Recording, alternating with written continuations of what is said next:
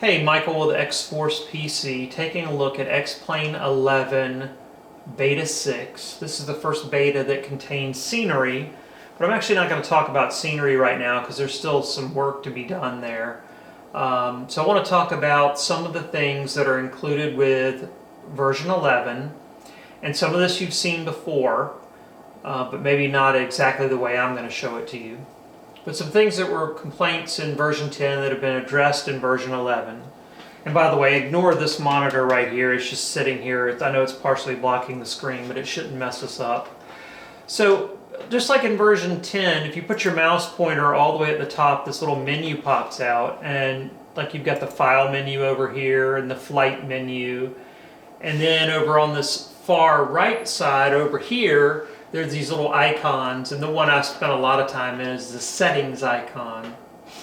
So you notice when I click on the file menu over here, it's pretty doggone small. I mean, look at that. It's like, what, 3% of the screen size? I mean, it's just this tiny little postage stamp in the upper left corner. What I'm going to do is I'm going to click on the settings, and I'm going to go over to graphics, and you'll notice here, maybe you can't even see it right now, there's a user interface scaling. Right now there's just two choices, 100 and 150%.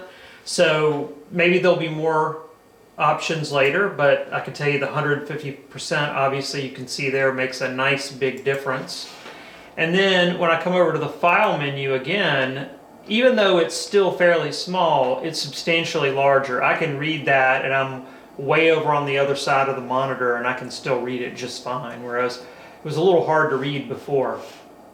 So, and these icons in the upper right are also bigger. Again, they might still look pretty small to you, but they're much more readable to me than they were before. So they're 50% larger, obviously, with 150% scaling. I'm gonna click on the settings icon. So again, one thing that's been addressed is scaling the user interface.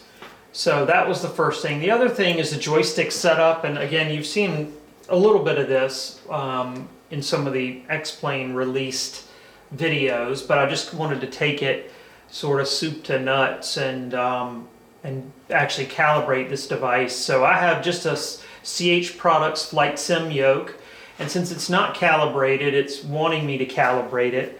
And I'm pretty sure it also will invoke this same calibration code if you start the sim up with an uncalibrated device.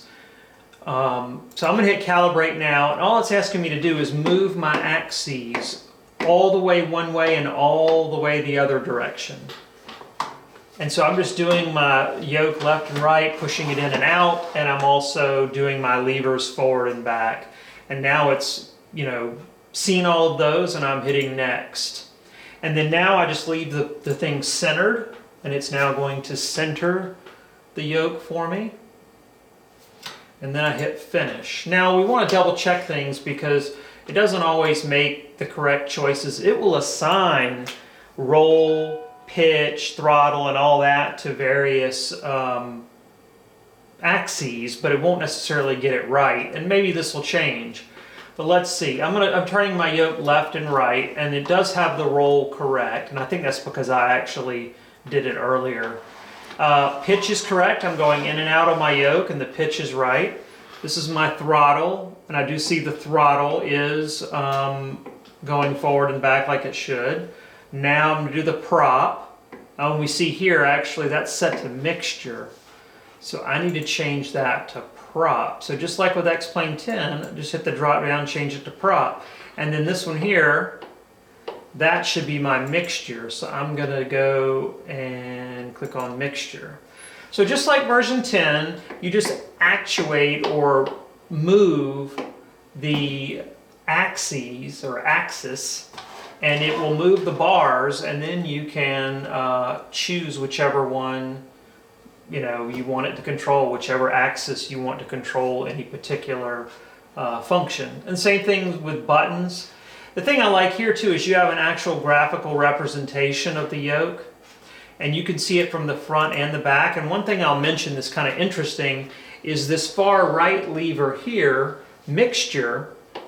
You see, if I move it forward and back, I don't see any bars moving. Well, that's because it's considered part of the back. because it's being blocked here. You can't really see it very well. So you have to go to the back view, and then when I move it, you see the bar moving there. So I don't know if they'll change that or not. It's just a little kind of interesting anomaly, I guess I'll say. Not a big deal. And then I can scroll down here and I can assign any of these buttons that I want, like button number 9 and 10 are landing gear up and down. Well, that actually makes pretty good sense. 7 and 8 flaps up and flaps down. That's actually a pretty good setup as well. That's these buttons right here. So I kind of like that. And then 13 and 14 is already set to pitch, trim up and down. And then 5 and 6, I might tend, which is right here, I might tend to program those to aileron trim, but for whatever reason they're set to toggle the map window and toggle the settings window. So I think I'll change that. I'm going to hit button number 5. Let's see, I have to hit it on the yoke, and hit edit, and then we have quite a list here. So I want to set that to aileron trim. So I'm going to do a search and just type the word trim. Ah, look at that, aileron trim left. See, I'm figuring this out. Some of this stuff I've never done before. So I'm kind of just figuring out along with you. And then button number 6, I'll hit button number 6. You see the little 6 highlighting there. I'm going to hit edit. And again, I'm going to type the word trim to narrow this list down. And I'm going to pick aileron trim right and apply. And now we have aileron trim left and right programmed to this button 5 and 6 right here. So that works kind of nicely. I like the search function because when you go over here and you go to edit, I mean, this is a huge list. I mean, look at that. There must be 500 things in there, maybe even more. So it's nice to be able to type something in the box here like trim and, you know, narrow the list down. So I'm going to hit done. Now I can take and look down here and verify when I turn my yoke left and right. That's working. My throttle is working. My prop and my mixture. I can check my elevator trim here is working. And I can check my aileron trim, which that's rudder trim. Aileron trim is probably indicated somewhere else. Yeah, there it is right here. Aileron trim is working. I don't have anything set up currently for rudder trim.